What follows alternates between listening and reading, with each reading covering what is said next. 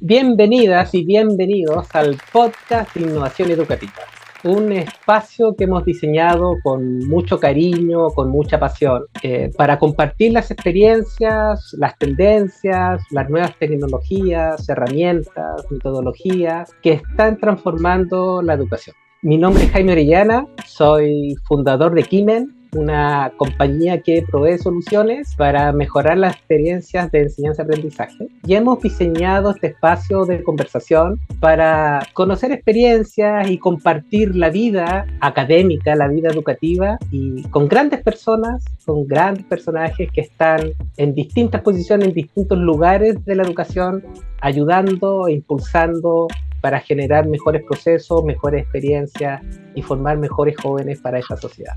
En el episodio de hoy tenemos una temática súper interesante, ¿ya? Y lo que queremos conversar con nuestro invitado, que ya pronto presentaré, es cómo diseñar el aula virtual ideal del 2024. Y para eso tenemos un invitado y una invitada muy especial. ¿Y por qué queremos hablar de este tema?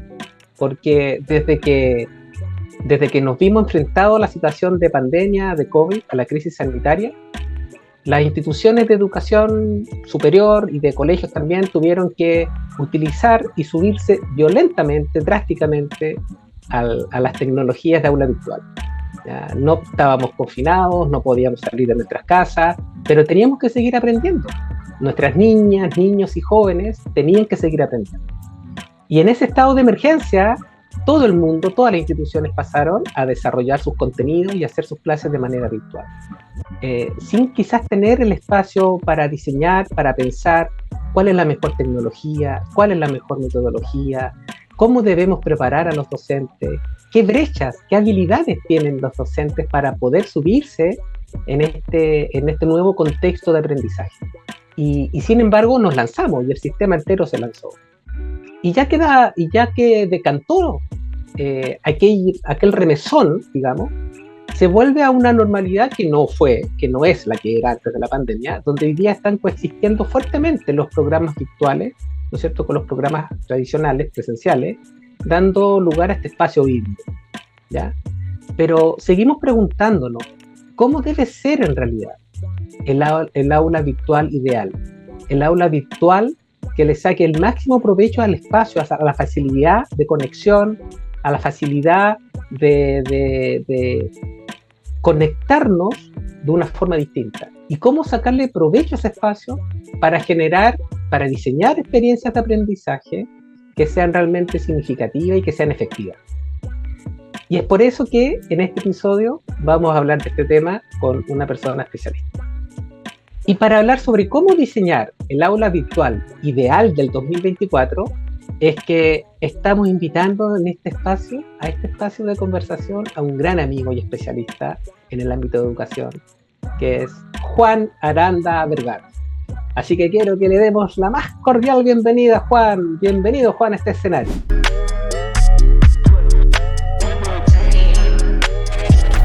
Yo me estaba preguntando, Juan, cómo presentarte, ¿no? Porque típicamente uno se presenta con los títulos, ¿ya? Yo sé que a ti quizás no te gusta mucho eso, ¿no? Pero de alguna manera comenzaste como matemático y ¿cómo fue el camino que te llevó al mundo de la educación? Sí, a lo primero que señalas, siempre pido que en lo posible no ser presentado en la forma tradicional, ¿no? Leyendo un largo currículum, donde los títulos pergaminos son lo que vale, que de alguna manera yo creo, esto no es una certeza, es un poco una adaptación a la herencia de lo que fueron los títulos nobiliarios, ¿no? Principalmente en Europa. Y América está un poco lleno de eso, ¿no? De nuestros países. Fíjate que con importante excepción Chile, pero en los otros países, tú que has viajado lo sabes, tenemos que ser doctores, ingenieros, tenemos que tener título académico en el mundo de la academia.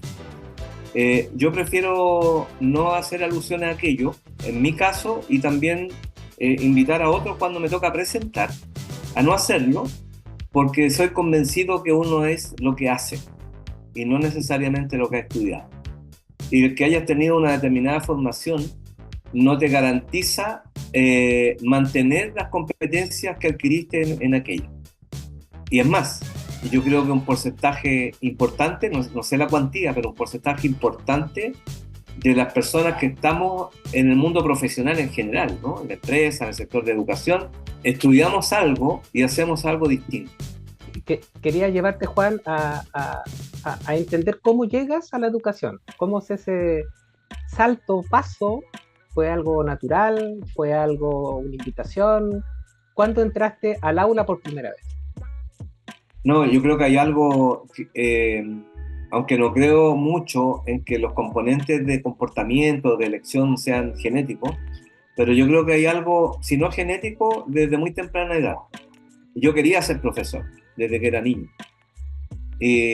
La época que me tocó ser estudiante de enseñanza secundaria, de terminar mi cuarto medio, fue una época dura en Chile, donde los profesores la pasaban muy mal, digamos, no solo ganaban muy poco dinero, tenían mala calidad de vida.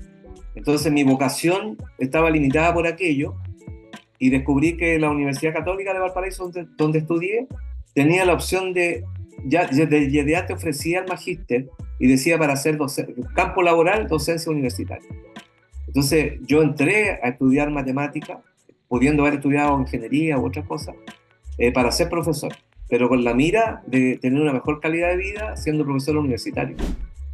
Entonces esa es el primer input.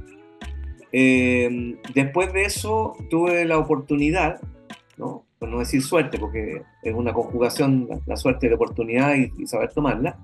Mientras alguien decía, mientras más trabajo, más suerte tengo, ¿no? Exactamente. Pero la verdad que la suerte, que no lo menciono así, es el encuentro entre una oportunidad y el saber tomarla, el saber llegar a ella. Entonces tuve la oportunidad de ocupar cargos directivos en la universidad. Y eso me obligó a capacitarme, a aprender de temas de gestión. Tú llegaste a la educación desde dos lugares, ¿no? En un lugar, en el rol directivo, y también llegaste al aula de aquel entonces, el aula tradicional, el aula del siglo XIX, ¿no? La pizarra, los asientos, todos los alumnos y estudiantes mirándote de frente, y tú en el rol de expositor, experto probablemente, y ese fue el aula que te recibió, probablemente la primera vez, ¿o me equivoco?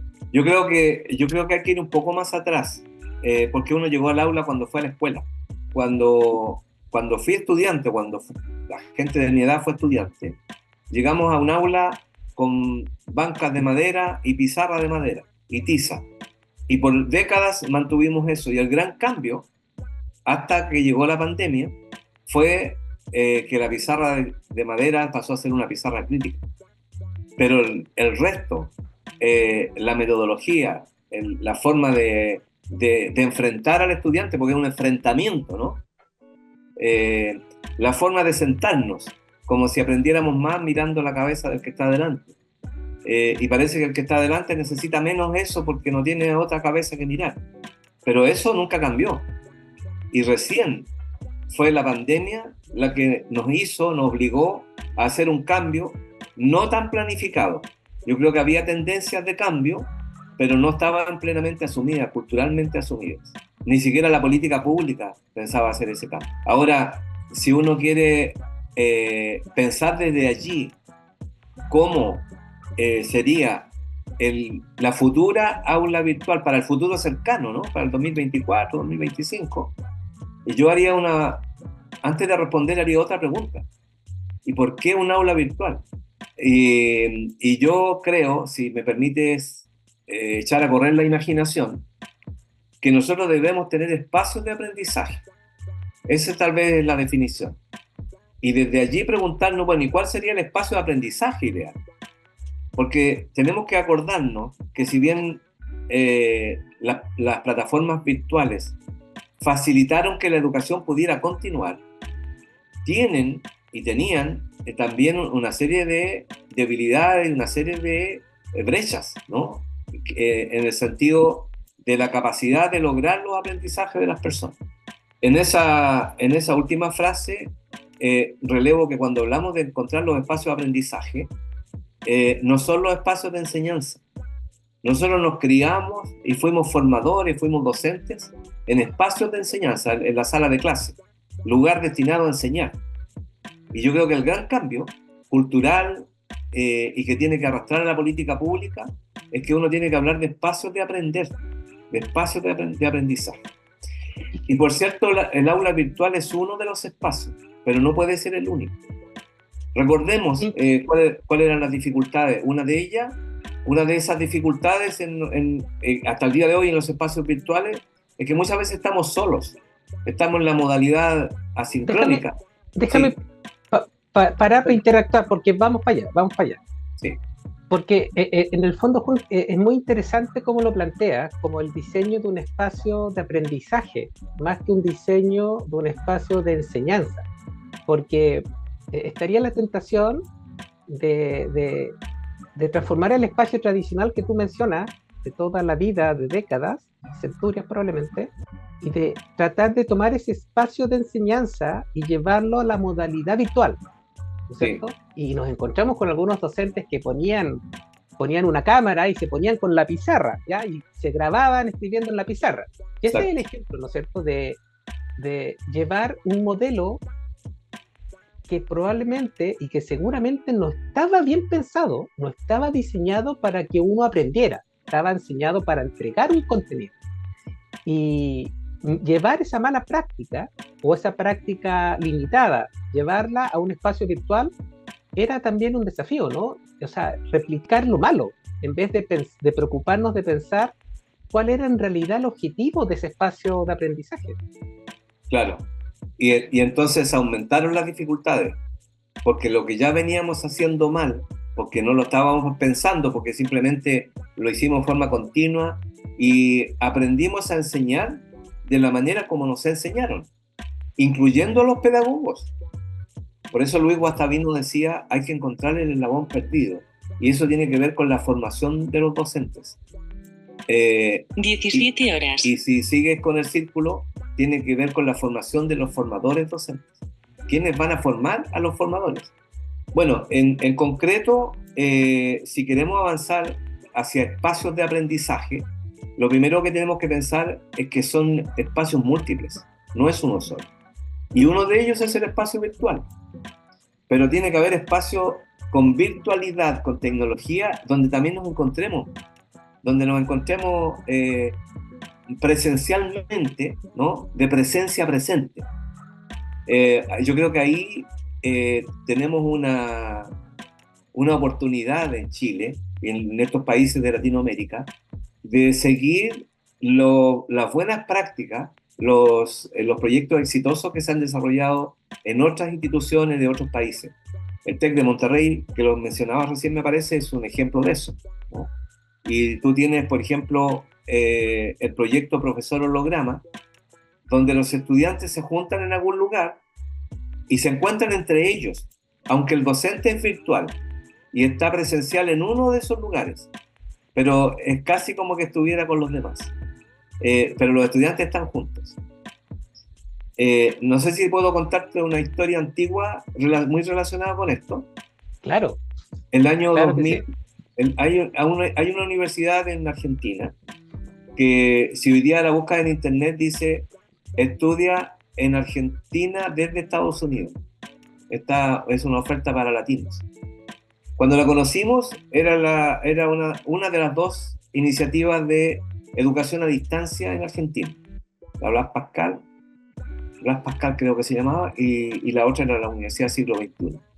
El gran problema de ellos en dar educación a distancia, la educación a distancia significaba envíos postales, ¿no? Por correo con cartero, enviar documentos, libros, donde el estudiante leía, respondía, le enviaba de vuelta. El gran problema de ellos era la deserción. Y el gran problema de la educación virtual ha sido la deserción. Lo pueden decir las instituciones en Chile que se dedican a las carreras 100% virtual. ¿Y dónde está el problema de la deserción? En la falta de encuentro con otros. Y el modelo de trabajo que diseñamos con esa universidad en ese tiempo los llevó a instalar centros de encuentro en los pueblos lejanos donde la universidad no llegaba, donde solo llegaba el cartero. Y esos lugares de coordinación que requerían nada más que un docente de cuerpo presente, que abriera la puerta, que encendiera los computadores, que acogiera a las personas, generó ya un cambio en ese aspecto que a lo mejor es de gestión, ¿no? Se redujo la deserción, pero eso significa que más estudiantes se titulaban, que más personas aprovechaban la educación, esa educación a distancia. Entonces yo creo que el tema pasa por espacios de aprendizaje múltiples, multifacéticos, múltiples, de muchas instancias. Por cierto, por desarrollo de las competencias adecuadas, hay competencias que ya no hay que seguir formando porque se forman solas. Y en lo que se refiere exclusivamente a lo virtual, hay que diseñar aulas virtuales que vengan desde un modelo educativo que se centre en el aprendizaje independiente de cuál es el espacio. Entonces, Juan, si queremos diseñar el aula virtual ideal del 2024, eso tiene que ser bajo un diseño de espacios de aprendizaje múltiples, ¿correcto? Exactamente. Es decir, hablemos del aula virtual ideal, entendiendo que parte de ese ideal es que esté interconectada con otros espacios de aprendizaje, que podemos hablarlo en otra ocasión, pero el aula virtual tiene que ser parte de un sistema mayor que son los espacios de aprendizaje. Entonces, antes de diseñar el aula virtual ideal, debiéramos hablar de cómo debiera ser el diseño de estos espacios de aprendizaje donde la componente de la virtualidad puede jugar un rol importante, ¿no? En ese diseño, en el modelo, lo primero que hay que, y por eso te hablaba hace un rato de los equipos interdisciplinarios, ¿no? En ese modelo, el docente, partamos por ese punto, el docente no es el docente, es un colectivo de profesionales de distintas disciplinas que desde lo suyo van a contribuir a que los recursos que estén disponibles para aprender sean de la mayor potencia posible. Hay un tema de optimización ahí, ¿no? Eso es una palabra muy matemática, aunque no tenga números, ¿no?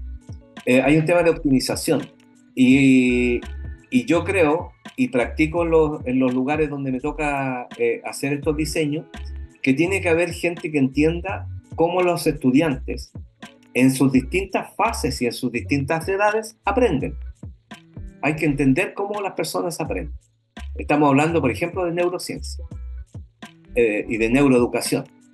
Ahí ya tienes un componente del equipo docente. El docente es un colectivo donde tiene que haber gente que entienda cómo se produce el aprendizaje, donde tiene que estar el experto de aquello que se va a aprender, de la disciplina, ¿no?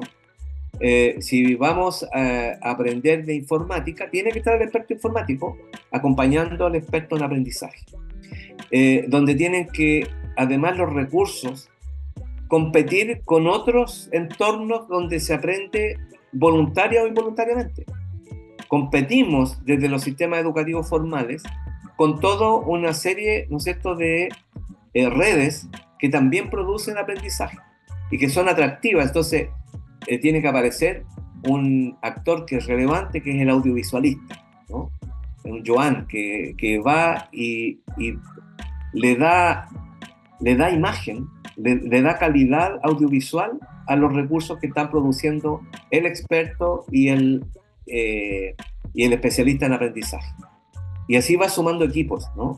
De hecho, paréntesis, para quienes no conozcan, Joan es quien está editando este podcast, editando este video y haciendo toda la magia audiovisual. Así que ese rol es muy importante también en los equipos que están diseñando los espacios formativos. Bueno. Sí, entonces ahí tenemos un elemento que es el colectivo o equipo docente. Ya no hay posibilidad del docente como un llanero solitario, ¿no? Y eso en todos los niveles, ¿ah? En los niveles de educación superior, en los colegios, en capacitación. El otro elemento importante es el metodológico, ¿no? Y el tercero es tener claridad del propósito. Claro, el propósito es que las personas aprendan, pero ¿qué se entiende porque alguien aprendió algo? Se entiende que logró un aprendizaje cuando es capaz de hacer algo con eso. En el pasado, como no había la tecnología que hay hoy día, era importante que las personas fuesen capaces de incorporar información, recordarla para poder expresarla.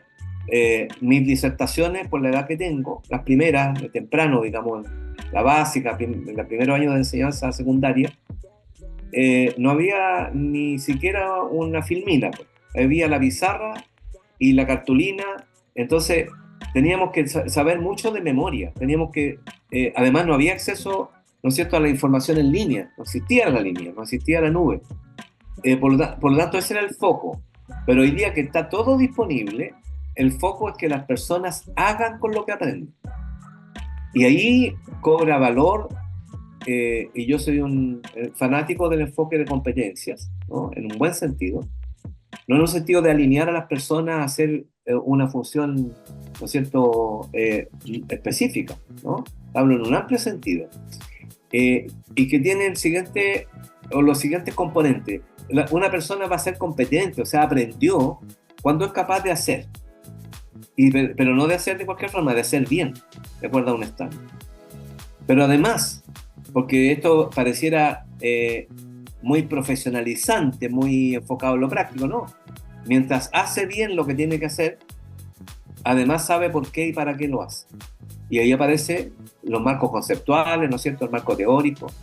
Y mientras hace bien lo que tiene que hacer bien, sabiendo por qué lo hace, por qué y para qué, se comporta adecuadamente. Aparece el elemento conductual, aparece el tema de las otras competencias, ¿no?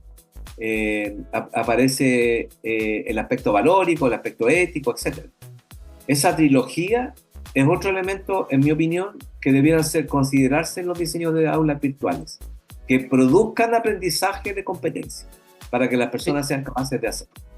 De hecho, Juan, sobre ese mismo punto, cuando tú hablas del propósito, el pasar desde el esquema antiguo de un sistema educativo que está enfocado en la entrega de conocimiento, ¿no es cierto?, donde la universidad como institución nace hace cientos de años, donde efectivamente el acceso al contenido, al conocimiento, era muy limitado, ¿ya?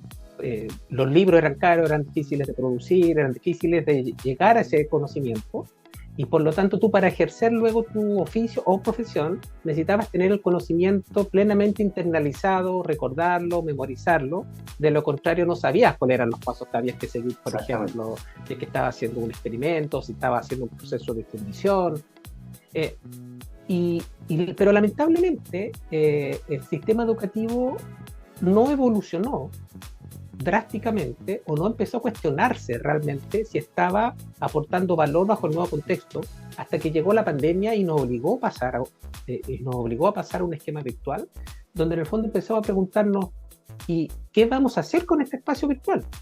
Porque tiene sentido poner al profesor a entregar un contenido que está disponible, digamos, 2020, iniciando la pandemia, que está disponible a través de internet, en videos, en libros, en audiolibros, ¿ya?, de múltiples formas.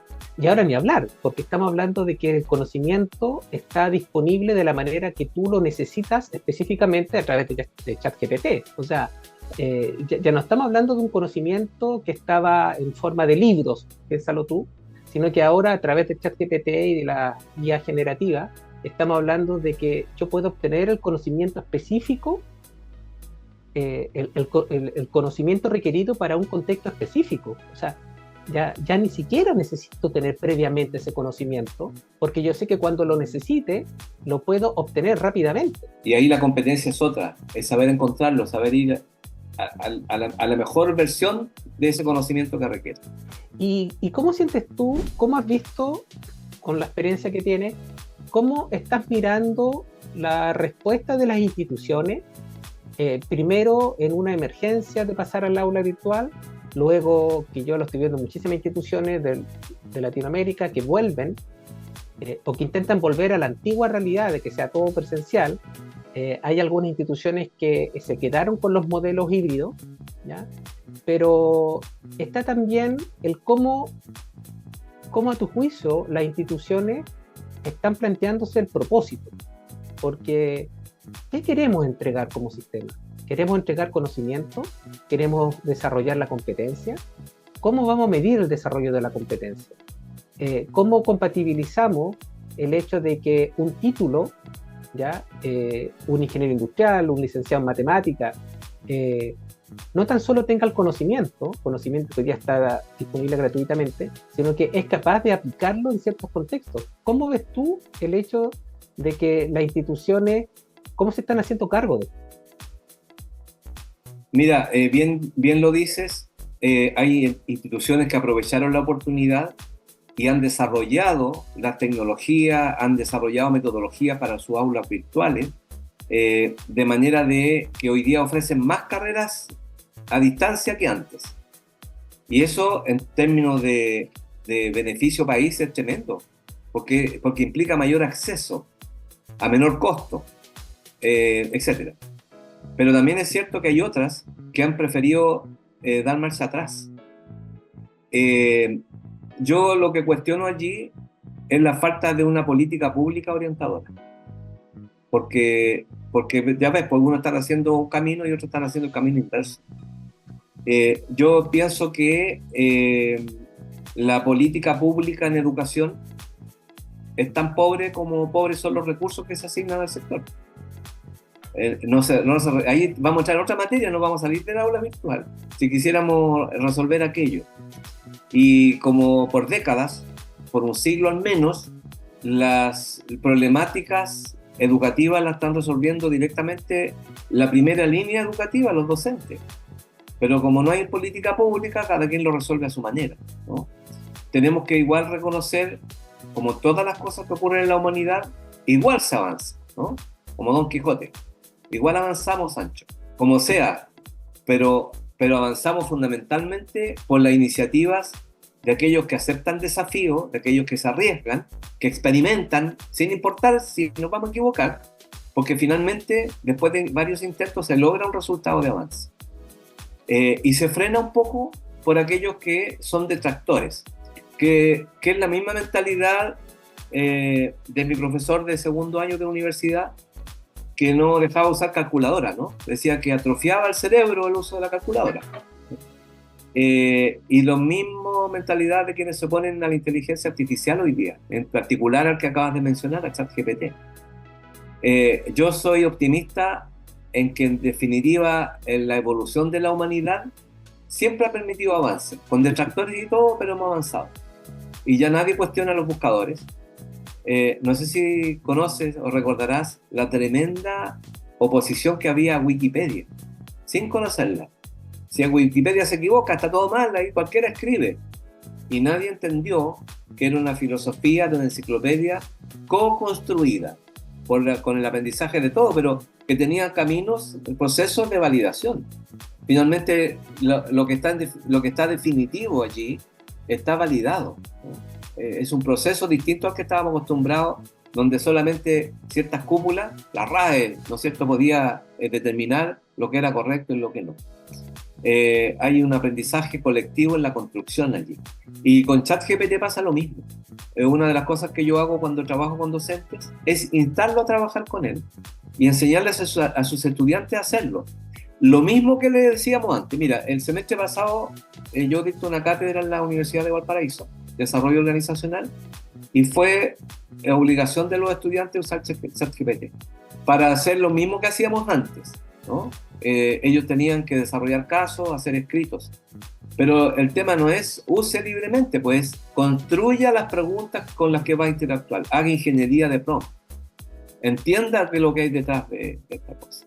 Y entonces, ¿qué es lo que pasa en definitiva? Desde tiempos remotos hasta hoy día, que vamos evolucionando, dejando a las máquinas, a la tecnología, aquello que es más operativo, y dejándonos entonces espacio cerebral, neuronal, ¿no? Para nosotros tomar dimensiones mayores de aprendizaje y de conocimiento.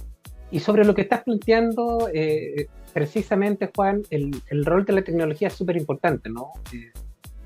No solo ChatGPT, que es una tecnología que es la que más se popularizó como la IA generativa. Uno de los temas que me llamó poderosamente la atención en el Congreso, en IFE Conference, allá en el TEC de Monterrey, es la cantidad de herramientas que han emergido para facilitar los procesos de aprendizaje. Por ejemplo, herramientas para generar contenidos audiovisuales, videos interactivos, lograr que un avatar pueda leer un guión, traducirlo a múltiples idiomas, subtitulado, y generar cápsulas interactivas, dinámicas, con videos, con animaciones, sin tener ninguna experticia o ninguna habilidad técnica de edición de video, por ejemplo. Entonces, es un ejemplo de cómo esas tecnologías, que son de usuario final, ¿no? Que en el fondo esas herramientas debieran ser algo así como el chat GPT de un docente, ¿no? ¿Cómo te imaginas la incorporación de estas tecnologías en el aula virtual del futuro? ¿Dónde te la imaginas? ¿Te imaginas la inteligencia artificial apoyando el rol del docente, apoyando el rol del estudiante, generando interacciones, generando espacios ciberfísicos, ¿ya? ¿Cómo te imaginas el aula virtual del futuro? Yo creo que cuando recurro a historias anteriores, no es que los datos del pasado puedan pronosticar el futuro, ¿no? Eso ya no existe. Pero sí nos da una idea de cómo se evoluciona. Hay profesiones importantes que existían y que hoy día están relativizadas o que no existen, ¿no? Que se perdieron. Pero no se pierde la función, se sigue haciendo. Es un ejemplo súper simple. Tengo un amigo que su padre era ascensorista, subiendo, bajando, y era un rol súper importante, ¿no? Social, pero sobre todo de transporte en un edificio. Y no había otra forma de hacerlo. Hoy día ese rol no existe, ¿no? Pero los ascensores siguen existiendo. ¿Qué hacen los potenciales ascensoristas? Los que hubiesen sido ascensoristas hoy día si no hubiera existido esa tecnología, hacen otras cosas. A lo mejor configuran ascensores, hacen mantenimiento de ascensores, o hacen otras cosas. Y yo creo que va a haber un cambio radical en el sistema. No es solamente de qué equipos va a haber o qué aulas va a haber. Yo creo que cambia, en primer lugar, el rol del docente. El docente va a estar un poco más atrás. Se va a dar mucho esto de lo que se están llamando de la pedagogía inversa, de construir primero lo que el estudiante tiene que encontrar después.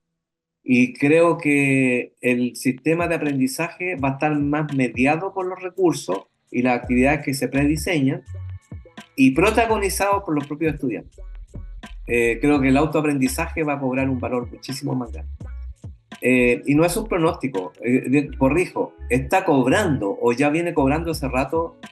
Fíjate que las aplicaciones, por ejemplo, que aparecen para los celulares, hoy día nadie te hace un manual de cómo se usa. Son intuitivas. Entonces yo creo que el aprendizaje va a ser intuitivo, va a ser colectivo y va a estar mediado por recursos y actividades que diseñen profesionales dedicados a que las personas logren aprender.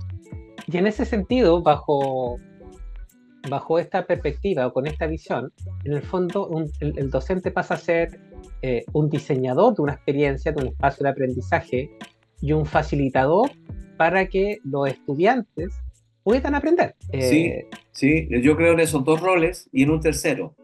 Yo creo que van a ser parte de los sistemas de certificación que no existen en educación. Fíjate que si una empresa como la tuya se certifica en una norma ISO, viene un tercero, tú implementas, ¿no es cierto? En base a la norma implementas un sistema de gestión de la calidad, pero viene un tercero externo que está acreditado para evaluarte y decir, sí, te certifico. Y en segundo lugar, te certifico por un tiempo determinado. La licencia de conducir. No es que yo vaya a una escuela de conductores, tome el curso, sea el mejor alumno, me saque la mejor nota y me entregue la licencia. No, señor, la licencia me la da un tercero que me evalúa. En el sistema educativo, eso... Sí. Pero esa licencia de conducir además tiene un periodo de vigencia, no es para toda la vida. Igual que tu certificado de ISO 9001, ¿no? Tiene fecha de vencimiento porque dice, mire, yo acredito que usted está habilitado y esta habilitación, según los estudios, dura tanto tiempo, 4 años, 6 años, ¿no? Y es así en todos los sistemas de certificación. Muchas veces me preguntan cuál es la diferencia entre certificarse y acreditarse. Pues la acreditación se le da a las entidades que certifican. Una casa certificadora de normas ISO, ¿no es cierto?, pertinente a la industria, también tiene que ser acreditada por otra entidad, en Chile por el INN. En la licencia de conducir que tú decías, yo hago mi curso en la escuela de conductores, soy el mejor estudiante, pero igual tengo que ir a rendir examen, a ser evaluado que soy un conductor competente. Cada 4 años. Es mi título de conductor clase B o la clase que sea, por 6 años, por 4 años, por los que sea. Pues y de las hecho, universidades son arte y parte, son las que forman y además certifican. Entonces, ¿qué debiera ocurrir? Yo creo que el cúmulo de docentes hoy día, en la concentración, va a estar en las entidades que certifiquen las personas y otorguen los títulos por el plazo determinado. Acá está, señor, usted cumple los requisitos, así como se está haciendo con los docentes, como se está haciendo con los médicos, ¿no? Recuerda que los médicos egresan y tienen que dar un examen que les permite ejercer, en el sector público al menos. Eso mismo debiera existir para todas las profesiones, para todas las tecnicaturas, y entonces el foco va a estar en los evaluadores. Los evaluadores de competencia va a ser el espacio de lo que hoy día, digamos, concentra a los docentes que están en aula. Y se entregarán las acreditaciones por un plazo determinado, ¿no? No nombro psicólogo, acá está su certificación llamada título, por los próximos 6 años. En 6 años vuelva que tiene que recertificarse. de hecho, una de las tendencias que me llamó mucho la atención está relacionado con el tema de las microcredenciales, ¿ya? O las credenciales profesionales también, que Sí. lo que buscan es acreditar, y el caso, acreditar competencias específicas. El caso típico de certificaciones que otorgan, no sé, Microsoft, Cisco, eh, en dominios tecnológicos, digamos, sino que también estamos hablando hoy día por ejemplo, una iniciativa que tiene el TEC de Monterrey que me sorprendió, donde ellos están buscando acreditar ciertas competencias específicas en todos los estudiantes que pasan por sus programas, ¿ya? Estamos hablando, por ejemplo, microcredenciales de comunicación efectiva, microcredenciales de innovación, microcredenciales de gestión de proyectos, bueno, y todas las temáticas en las que tú puedas pensar. Y, y eso me lleva un poquito a la reflexión pensándolo desde el rol de los docentes, ¿no es cierto? Lo que significa ser docente a la antigua, digamos, ¿no? Versus el mismo rol que tú estás mencionando, ¿ya? De un docente que diseña experiencias de aprendizaje, de un docente facilitador, y que también un docente que tiene que abrazar tecnologías que hagan su trabajo mucho más rápido, mucho más productivo. Porque ayer mismo en el equipo, ¿no? En estos días nosotros hemos estado probando algunas tecnologías para generar un contenido más rico, más interactivo, más dinámico. Y hemos generado una cápsula de video de alta calidad con inteligencia artificial en un par de horas. Y eso incluye todo el tiempo necesario para aprender a utilizar la herramienta. Y nuestra líder de implementación, que no sabe editar video, nunca ha editado un video, y no ha necesitado de esa habilidad técnica para generar una cápsula con inteligencia artificial en un tiempo mínimo, y sabemos que ese tiempo se va a optimizar todavía más en la medida que uno aprenda a utilizar mejor la herramienta. Entonces, docentes, por ejemplo, que no abracen estas tecnologías, me parece que van a ir perdiendo espacio y podrían quedar relegados dentro del sistema educativo del futuro, ¿no? Sí, estos procesos de cambio generan eso, pero también generan oportunidades. Hay espacios donde poder ir y acogerse. Y no hay que tener este temor de que la tecnología nos va a avasallar, porque no ocurre eso, nunca ha ocurrido. Cuando aparecieron los PC arriba de los escritorios, década del 80, un diario de circulación nacional, tal vez el de mayor circulación nacional, argumentaba o hacía un augurio de pérdida de 1 de cada 3 empleos a causa de la computación. Y es verdad que se necesitaron menos dactilógrafos, es verdad que hubo menos secretarias, pero hubo más espacio para otras profesiones, cercanas, vecinas y nuevas. Por eso yo creo, fíjate que yo dirijo una institución educativa que todos sus programas son virtuales. Y cuando tú me llevas en esta conversación a hablar de tecnología, no te sigo tanto el curso de lo que se entiende, ¿no es cierto?, por los entes tecnológicos, ¿ah? por el fierro, por el software, porque no soy experto en eso. pero dirigiendo esta institución que es tecnológica, se llama además Tecnológico de Latinoamérica, que siendo tecnológica no me preocupa ser el experto en tecnología, porque dentro de mi equipo lo hay. Por eso que vuelvo al punto del colectivo docente.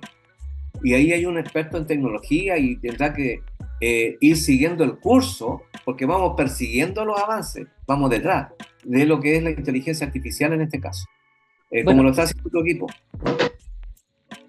perdón, yo de hecho digo, la IA no te va a reemplazar. Quien te va a reemplazar es el profesional que sabe usar la IA. Claro, Él te va a reemplazar. pero yo tampoco atemorizaría de que si alguien no quiere ir con la IA, pero si quiere ser parte de un equipo docente que trabaja con tecnología, va a aportar desde de lo que mejor sabe, ¿no? Y se va a producir por osmosis una incorporación, como se ha producido históricamente, a los avances tecnológicos. Pero tengo un cuestionamiento. Te voy a desafiar. En el año 80 se dijo que el computador podía eliminar 1 de cada 3 puestos de trabajo, y eso no fue así. ¿Qué pasa si una persona no aprendió computación? Si un contador, por ejemplo, no aprendía computación, ¿podía seguir ejerciendo? Yo pienso que muchas personas perdieron, no fue esa la proporción, pero efectivamente hay personas que quedaron obsoletas. Hubo obsolescencia, sí, lo hay. Exacto. Y esas personas fueron sustituidas por aquellas que sí sabían ocupar la tecnología. No necesariamente sustituidas. Se produce se revuelve la baraja, ¿no? Y las personas van y hacen otra cosa. Mira los términos de tasas de empleo. No, claro, pero fueron sustituidas en su rol. Si yo era contador sin saber ocupar sistemas, y ahora hay otras personas que saben hacer eso con sistemas, y la única forma de hacerlo es con nuevas tecnologías, entonces yo soy sustituido en mi rol y ya no voy a poder seguir ejerciendo. Claro, y también va a haber pérdida, aunque las personas se preparen, porque también casi todo empieza a estar, gracias a la tecnología, en forma directa ahí al servicio del usuario. Jaime, antes que existiera la tecnología que conocemos hoy día, incluso las redes sociales, ¿no? No todos podíamos ser editores. Todos podemos ser editores hoy día en las redes sociales, ¿no? Y no todos podíamos ser fotógrafos. Hoy día en este aparatito somos muchas cosas, entre esas somos fotógrafos. Yo fui fotógrafo en mi tiempo de estudiante para financiar mi estudio, y puntualmente los días sábados en las tardes estaba yo en una iglesia esperando que llegaran los bautizos, los casamientos, nos contrataban ahí mismo. Hoy día no existe, salvo en muy escasas oportunidades, ese oficio. Entonces, concuerdo contigo, el que no se suba a la tecnología va a perder ese espacio. Pero aunque todos nos subamos, los espacios van a cambiar. No es que los perdamos, los espacios van a cambiar. Así es. Y en docencia, en esto de formar parte de los procesos formativos de las personas, de contribuir a la sociedad con nuevos técnicos, nuevos profesionales, se va a revolver la baraja y vamos a tener que ocupar espacios distintos, ¿no? Y algunos van a mantenerse en el rol del front line, de estar con los estudiantes, pero tal cual tú dices, con otro aprendizaje. El que no lo logre no va a estar en esa línea, ¿no? Pero a lo mejor alguien va a estar tras bambalinas pensando, diseñando recursos para este otro que va a estar en el front line. Y de hecho, se podría generar una singularidad donde tenemos la tremenda oportunidad de redefinir el rol que queremos jugar dentro del sistema educativo.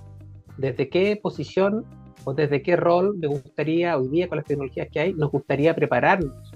Y también una invitación para los docentes, ¿qué rol quieren jugar? Y cómo, en coherencia con eso, se van reinventando y preparando para asumir esos desafíos. Y de hecho Juan, quería que nos contaras también lo que haces tú en Teclatam, ¿ya? El tecnológico de Latinoamérica.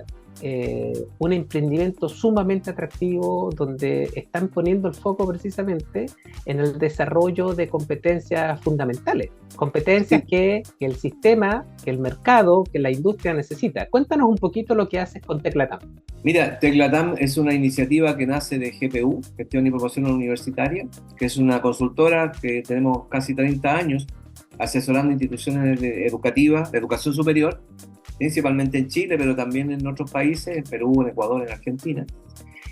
Nace desde allí y desde la experiencia que desarrollamos con otros y desde una idea de querer cubrir un espacio que nadie estaba ocupando y que clamamos porque los propios clientes nuestros lo ocuparan.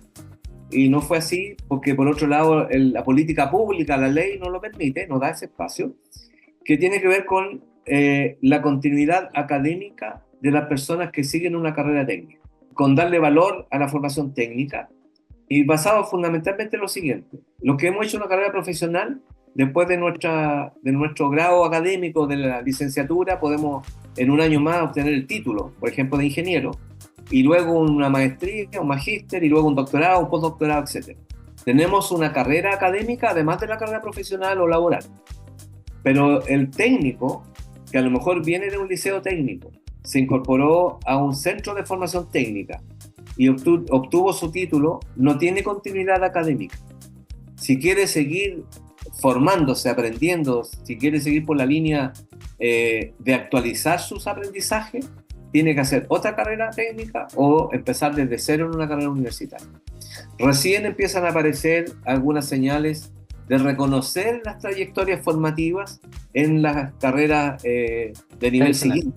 ¿Ya? Recién empiezan a aparecer. Entonces lo que nosotros hicimos fue abrir la puerta, siendo una institución no regulada, porque vamos a hacer lo que la ley no deja, ¿no? De abrir la puerta a la formación continua de los técnicos, a que el técnico pueda optar a un postítulo, que nosotros lo llamamos diplomado o máster, ¿no? Tenemos esas dos figuras.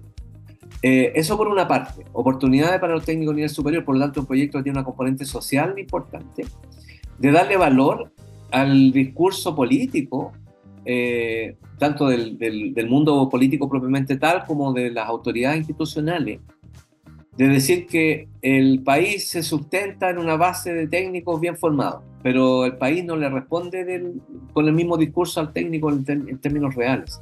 Entonces, dar oportunidades de mayor formación, de formación continua, eso primero. Y lo segundo es hacerlo en aquello que el propio sector productivo está demandando, está diciendo necesito esta formación. Y son aquellas habilidades que nosotros también adoptamos el concepto de las habilidades socioemocionales, por encima de los aprendizajes específicos, ¿no? Que son más fáciles de aprender. En el lenguaje cotidiano se habla a la inversa, ¿no? Nosotros formamos competencias blandas, que son las más duras de formar. Y las competencias duras, aquellas que se instalan, son las más fáciles de formar. Y se puede formar por gestión propia, digamos, por autoaprendizaje. Eso hacemos en Teclatam. Es una institución que recién parte, estamos en una fase todavía de experimentación. En marzo traemos algunas novedades de por qué línea vamos a ir, pero ya tenemos algunos avances, algunos pasos dados para seguir en ese propósito. De hecho, acá en la descripción del episodio vamos a estar poniendo la referencia, el enlace, ¿no? Para que te puedan seguir en la web o en redes sociales y conocer un poquito más de estos programas. Una de las cosas que tú estás haciendo en Teclatam es diseñar espacios de aprendizaje con una fuerte componente virtual, porque Teclatam da la posibilidad para que cualquier técnico o especialista técnico de cualquier parte de América Latina pueda subirse a esta plataforma, a estos programas formativos. Entonces cuéntanos cómo es esto que tú mismo nos estabas mencionando, ¿no? En tu visión de lo que es un espacio, el aula virtual, ¿no? ¿Cómo es ese diseño de aprendizaje con una componente 100% virtual? Mira, Jaime, el foco principal acá es que hay un modelo educativo que se basa en estas reflexiones que hemos compartido en parte aquí. Una de ellas es que el foco está en el aprendizaje, no en la enseñanza. Entonces, nuestro desafío, nuestro propósito es que las personas logren aprendizajes que son competencias que se evidencian en el hacer, que las personas logren hacer después de pasar por Teclatam lo que antes no lograban hacer, que tengan un upgrade en eso. Y lo logramos, estamos evidenciando que lo logramos a través de una metodología que contempla 3 elementos esenciales.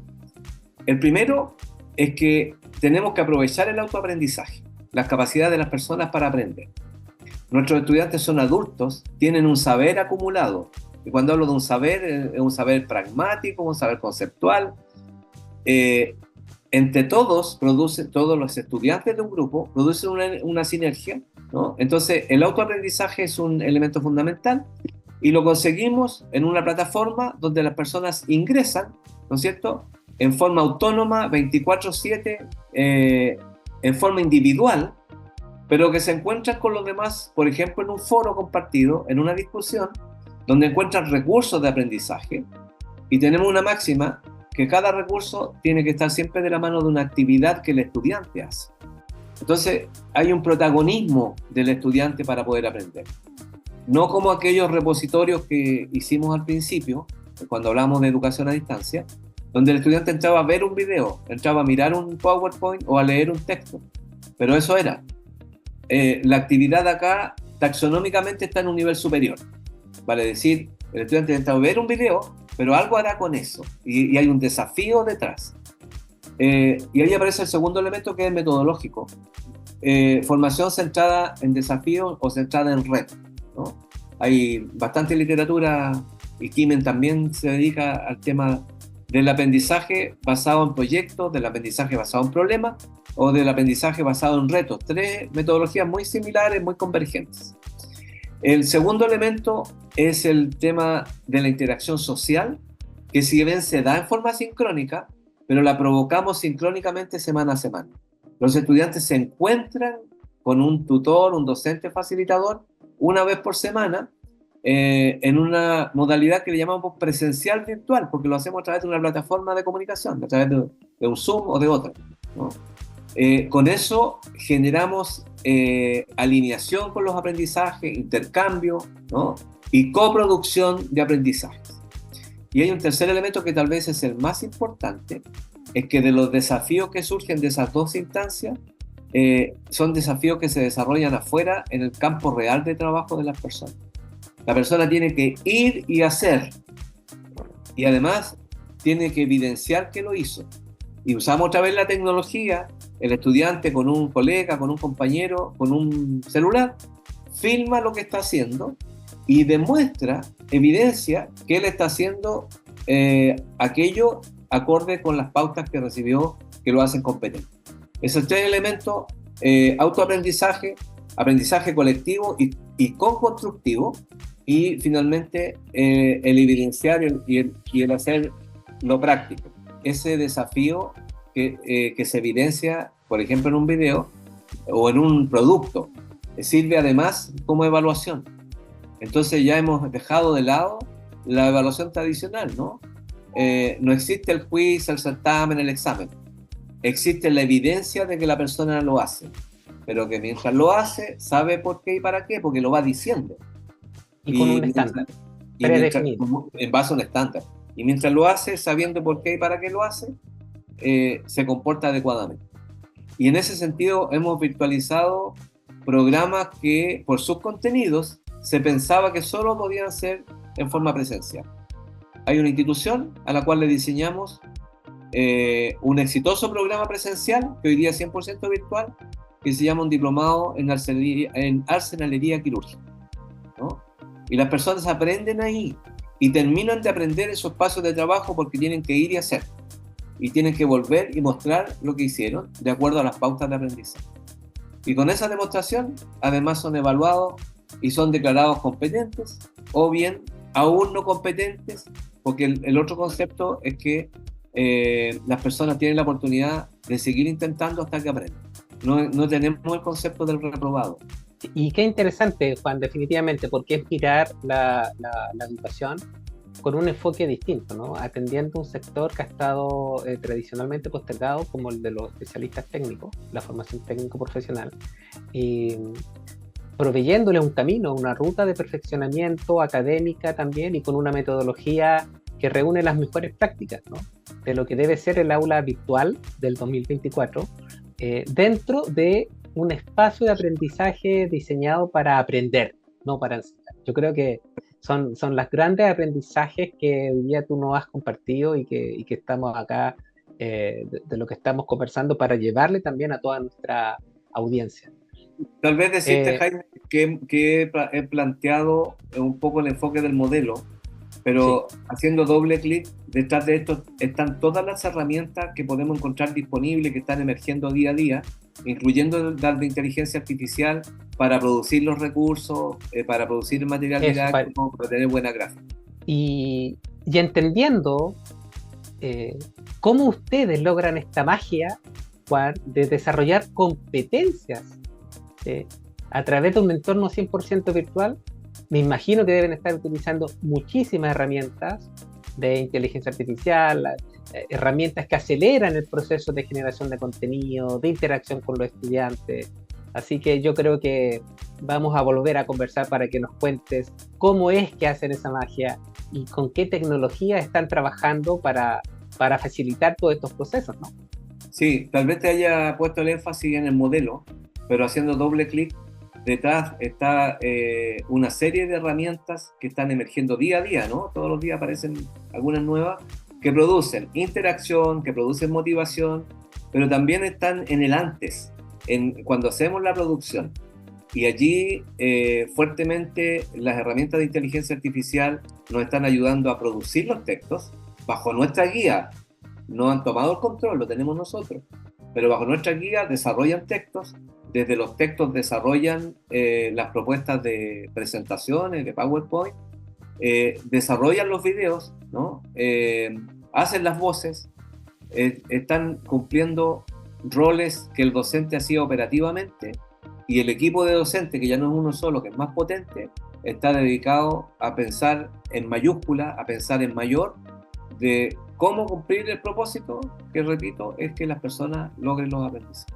¿Te parece, Juan, que hagamos un resumen de lo que ha sido esta súper conversa, donde tú nos has mostrado con una tremenda claridad cuáles son aquellos elementos fundamentales que debemos considerar en el diseño de los espacios virtuales de aprendizaje? ¿Cuál fue el primero de los elementos, Juan, para que resumamos? Señalar que el tema no es cómo construimos la mejor aula virtual del futuro, sino que tenemos que tener un pensamiento mayor relacionado con cuáles son los espacios de aprendizaje que van a lograr mejor el propósito que tenemos como entidades educativas.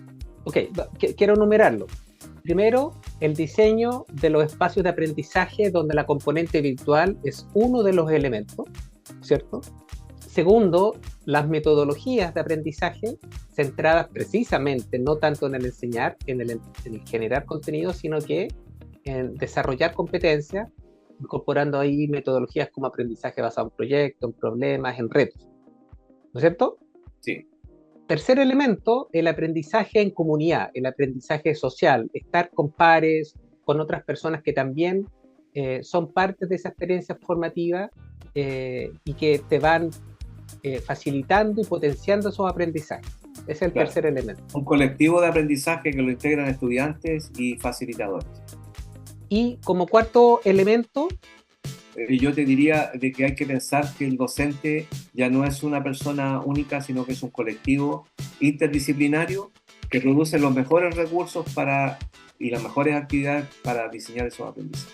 Y finalmente también pensar en que ya no es un docente quien diseña este espacio de aprendizaje, sino que es un equipo colectivo con distintas habilidades, con distintas experticias, quienes diseñan estos espacios con las metodologías, con las experticias y también con la incorporación de tecnologías, ya que facilitan el mismo proceso. Por lo tanto, ya el diseño de la experiencia no recae tan solo en el docente, sino que en un equipo que trabaja de manera interdisciplinaria. Nos quedamos entonces con ese resumen, con esos aprendizajes de hoy, y esperamos que todas y todos quienes nos han estado escuchando hayan podido sacarle provecho a esta conversación, que se lleven una idea concreta, ¿ya?, sobre cómo diseñar estos espacios de aprendizaje virtual. Agradecerte, Juan, sinceramente. Estamos llegando al término de la conversación, con muchas ganas de seguir profundizando en tantos de estos temas. Agradecemos tremendamente el espacio de conversación tan entretenido, compartir tu experiencia, tu visión y sobre todo con esa disposición, ¿no?, a compartir, ¿ya?, abrir tus experiencias. Así que muchas gracias, Juan. Ha sido una súper buena conversación. Queremos invitar a la audiencia, a todas y todos quienes nos están escuchando, a que sigan atentos a nuestros próximos episodios. Recuerda, el podcast de Innovación Educativa nos puede seguir en YouTube y en Spotify. Nos estamos viendo en un próximo episodio.